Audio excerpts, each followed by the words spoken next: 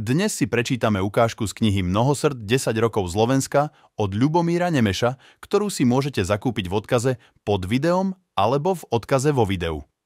Naša ukážka vychádza z obsahu, ktorý je stiahnuteľný zadarmo na stránke martinus.sk. Ukážka nie je celá, je vybratých niekoľko častí a preskočili sme prológ. Snažil som sa vybrať to najzaujímavejšie, čo by vás presvedčilo, prečo by ste si mali túto knihu prečítať celú.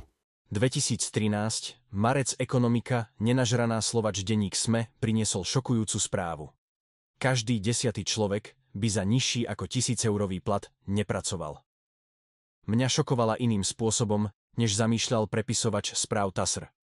Nadpis aj článok síce implikujú, že chcieť za svoju robotu v roku 2013 v krajine, ktorá patrí do Európskej únie a platí sa v nej eurami, aspoň štvorcifernú sumu bruto je neskutočná drzosť, ba možno až provokácia.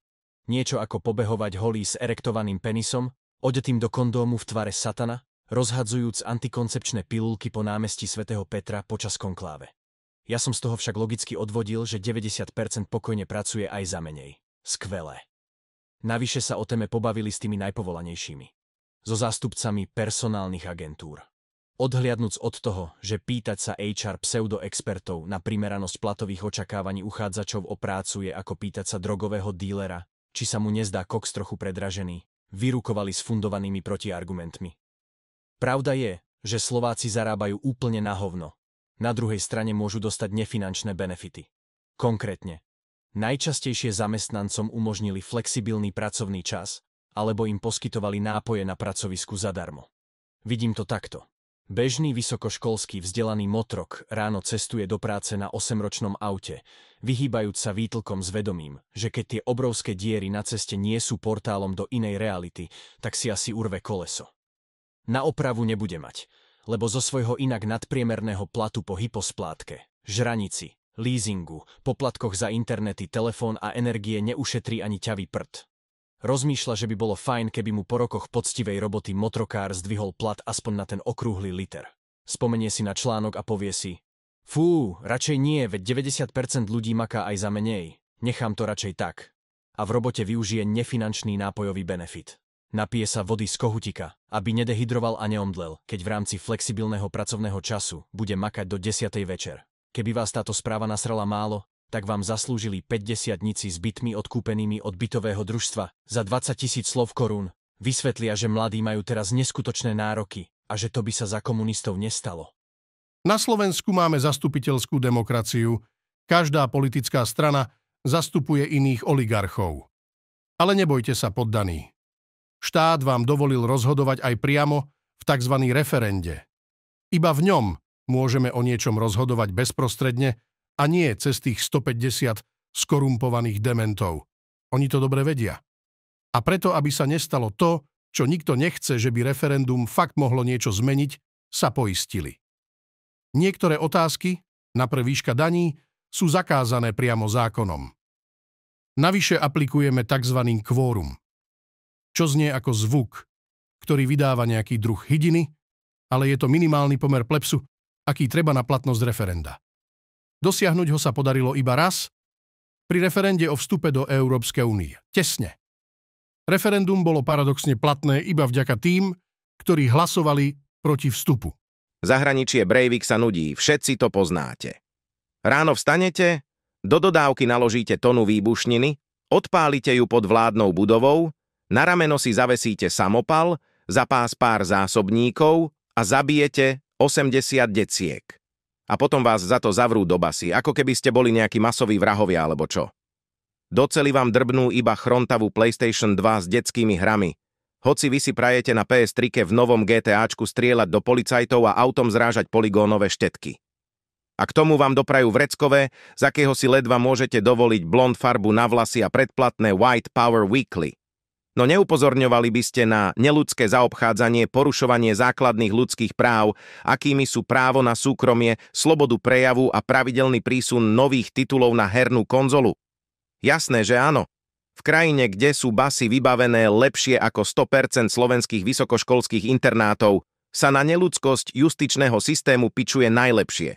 Veď keď to takto pôjde ďalej, tak o chvíľu zakážeme odsúdeným internet, vychádzky, posilňovňu a nedelné tiramisu. Až to nakoniec dopadne tak, že nebodaj začneme viac chrániť obete trestných činov než páchateľov a to bude koniec, vám hovorím. Dúfam, že Nóri nájdu dosť rozumu a v marci dobrovoľne zaplatia dvojnásobné dane, aby ich väznice mohli nakúpiť nové konzoly a väzni netrpeli. Ja by som v tom humanizme možno zašiel ešte ďalej a Breivika normálne pustil na slobodu. A vyzdvihnúť pred basou by si ho mohli rodičia tých zastrelených. No KDH nezaspali na teršňovej korune a vo svojom svetom boji za návrat do stredoveku usilovne pokračujú. I hneď sa pustili do riešenia ďalšieho pálčivého celospoločenského problému. Obchodné centrá sú otvorené aj v nedeľu. Pamätáte na masové protesty pokladníkov, dokladačov tovaru a SBS-károv proti tomu, aby makali v nedeľu? Ani ja. Ale to samozrejme nevadí. Nemalo by zmysel pýtať sa ich na názor. Sutanisti sa už rozhodli a ako povedal Paulo Hrušelo, keď niečo veľmi chceme, celý klérus sa spojí, aby sme to dosiahli. Len stále nechápem, prečo treba zákonom prikazovať, či voľný čas márniť prechádzaním sa po auparkoch alebo draním lavice v kostole úplne všetkým. Nechápem to ani po ultimatívnom kádo argumente, ktorý počúvam zo všetkých strán, že majú to tak aj Rakúsku.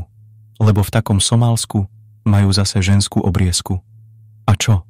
Navyše plno vecí v Rakúsku nemajú. Napríklad dementov z KDH. Ako to, že sa našli na mieste havárie neporušené cestovné pasy?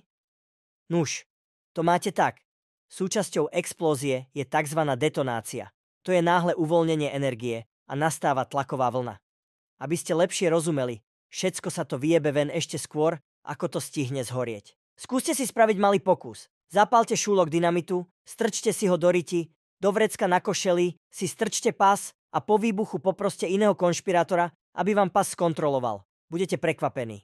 Medzi ich sektou a sektou kresťanov zase až taký rozdiel nevidím. Prví veria, že zlý vesmírny lord Xenu zničil galaxiu a duše mimozemšťanov hodil do sopky. Títo však prežili, ušli a teraz žijú v každom z nás. Preto sme chorí a nedarí sa nám. Tí druhí zase, že Pán Boh mal nepohlavný koitus s pozemskou ženou, narodil sa im syn, ktorý vedel meniť vodu na frankovku. V dospelosti sa obetoval za naše hriechy a nechal sa zabiť. Tiež to prežil. Preto máme teraz Vianoce a Veľkú noc. Podstatný rozdiel tkvie v tom, že scientológov neplatím zo svojich daní. Peťo, ja viem, že na fakulte bábkoherectva Univerzity Patrika Tkáča na Bôriku sa to nevyučuje. Takže ti to skúsim vysvetliť. Čítaj pomaly. Ja by som si strašne rád kúpil napríklad samohybnú hufnicu Zuzana Fujaru z Lega, domácu brinziareň, prípadne inak podporil rast slovenskej ekonomiky, ale jednoducho na to nemám. A vieš prečo? Lebo ty a ostatní Red Gangstas mi z účtu vycucnete polovicu toho, čo som zarobil ešte skôr, než sa stihnem potešiť, že mi konečne zapípala SMS-ka oznamujúca kreditný obrad.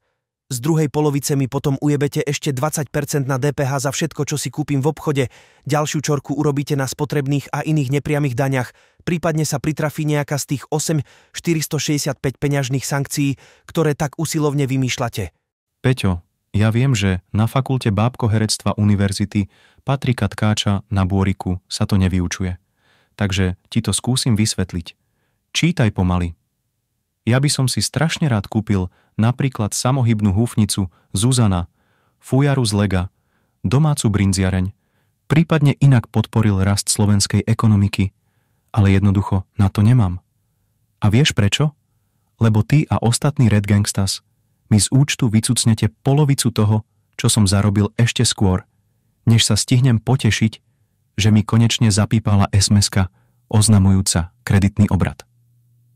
Z druhej polovice mi potom ujebete ešte 20% na DPH za všetko, čo si kúpim v obchode. Ďalšiu čorku urobíte na spotrebných a iných nepriamych daňach. Prípadne sa pritrafí nejaká z tých 165 peňažných sankcií, ktoré tak usilovne vymýšľate.